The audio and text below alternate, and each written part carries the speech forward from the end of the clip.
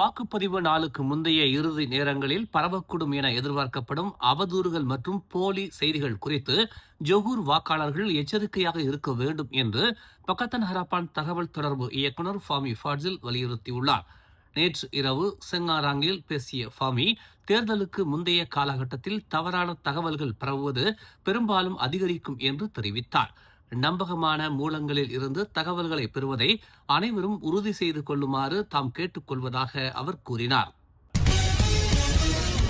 பசுமை அலை கொண்டு வரக்கூடிய அச்சுறுத்தல்களை மீண்டும் மீண்டும் கூறி ஜொகூரில் உள்ள மலாய் அல்லாத வாக்காளர்களிடையே அச்சத்தை விதைக்க பக்காத்தன் ஹரப்பான் மற்றும் DAP மேற்கொள்ளும் முயற்சி அவர்கள் அமைதியற்று இருப்பதற்கான அறிகுறியாகும் என்று பாஸ் கட்சியின் துணைத் தலைவர் துவான் இப்ராஹிம் துவான்மான் தெரிவித்துள்ளார். 3 ஆண்டுகளுக்கு முன்பு நடந்த 6 மாநில தேர்தல்களின் போதும் பக்கத்தன் ஹரப்பான் இதே போன்ற உத்திகளை கையாண்டதாக அவர் தெரிவித்தார். அப்போது பாஸ் கட்சியையும் பெரிகாத்தான் நேஷனலையும் ஒரு பன்முக கலாச்சார சமூகத்திற்கும் மத சுதந்திரத்திற்கும் மலேசியாவின் எதிர்காலத்திற்கும் அச்சுறுத்தலாக இருப்பதாக அது முத்திரை குத்தியது என்று அவர் சுட்டிக்காட்டினார்.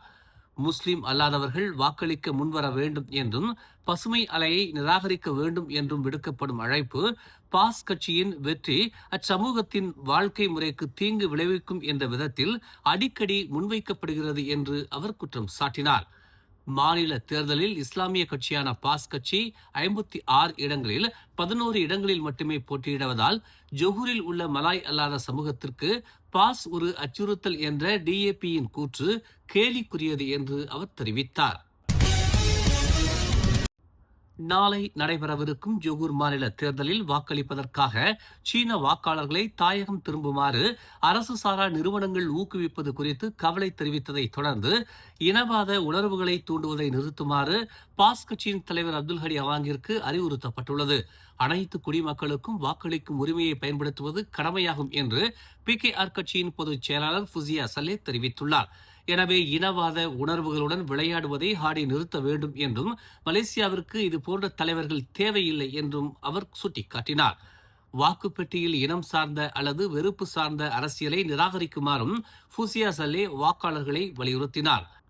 ஜொகூர் தேர்தலில் வாக்களிப்பதற்காக சீன வாக்காளர்களை தாயகம் திரும்புமாறு 134 தன்னார்வ தொண்டு நிறுவனங்கள் எடுத்த முயற்சிகள் குறித்து கவலை தெரிவித்த ஹாடியின் கருத்துக்களுக்கு ஃபுசியா இவ்வாறு பதிலளித்தார்.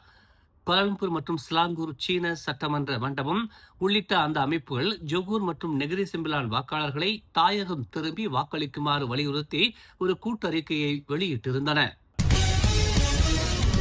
மலாக்காவில் உள்ள ஒரு பள்ளியில் நடைபெற்ற அறிமுக அமர்வின் போது மயங்கி விழுந்த 6ஆம் படிவ மாணவர் ஒருவர் உயிரிழந்தார். பிற்பகல் 2:40 மணி அளவில் நடந்த இந்த சம்பவத்தில் 18 வயதான அந்த மாணவர் தனது வகுப்பறைக்கு வெளியே உள்ள தாழ்வாரத்தில் சக மாணவர்களுடன் வரிசையில் நின்று கொண்டிருந்த போது மயங்கி விழுந்ததாக கூறப்படுகிறது.